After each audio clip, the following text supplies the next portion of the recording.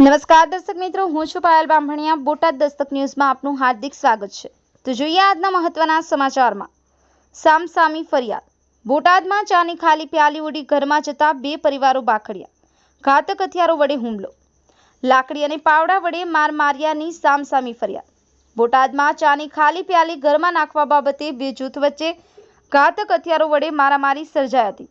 Botad Shantinagar society મોચી સમાજની વાડી પાસે રહેતા પારસભાઈ અશોકભાઈ પાટડિયા મુંબઈથી ટ્રેન મારફતે બોટાદ આવ્યા હતા અને તે સમયે પારસભાઈના ભાઈ વિકાસ અને દાદા યોગેશભાઈ પારસભાઈના ઘર પાસે ચાની દુકાનમાં ચા પીતા હતા।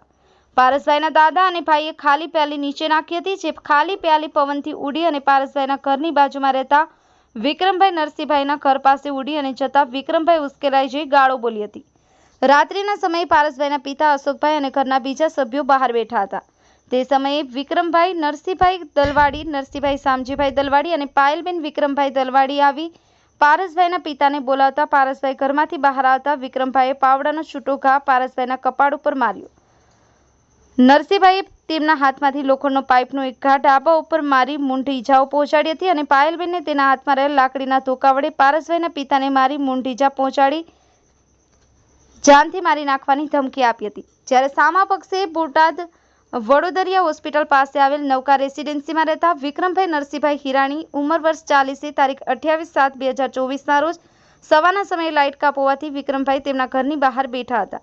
તે સમયે વિક્રમભાઈના ઘર સામે ચાની દુકાન હોય અને ત્યાં વિક્રમભાઈના પડોશી વિકાસભાઈ અને યોગેશભાઈ ચા પીતા હતા અને ખાલી ચાની પ્યાલી વિક્રમભાઈના આંગળા બાજુ નાખતા વિક્રમભાઈએ આ બંને જણાને ચાની પ્યાલી નહીં નાખવાનું કહેતા તેમના કુટુંબી પારસભાઈ અશોકભાઈ અને સચિનભાઈ અશોકભાઈ આવી વિક્રમભાઈ સાથે ઝઘડો કરવા લાગી અને કહેવા લાગ્યા કે તારાથી જે થાય તે કરી લેજે, ખાલી પ્યાલી તો નાખવાની જ છે તેમ કહેતા ત્યાં દેખાડો થતાં વિક્રમભાઈના પત્ની બહાર આવતા વધુ ઝઘડો ના થાય તે માટે ઘરમાં જતા રહ્યા હતા।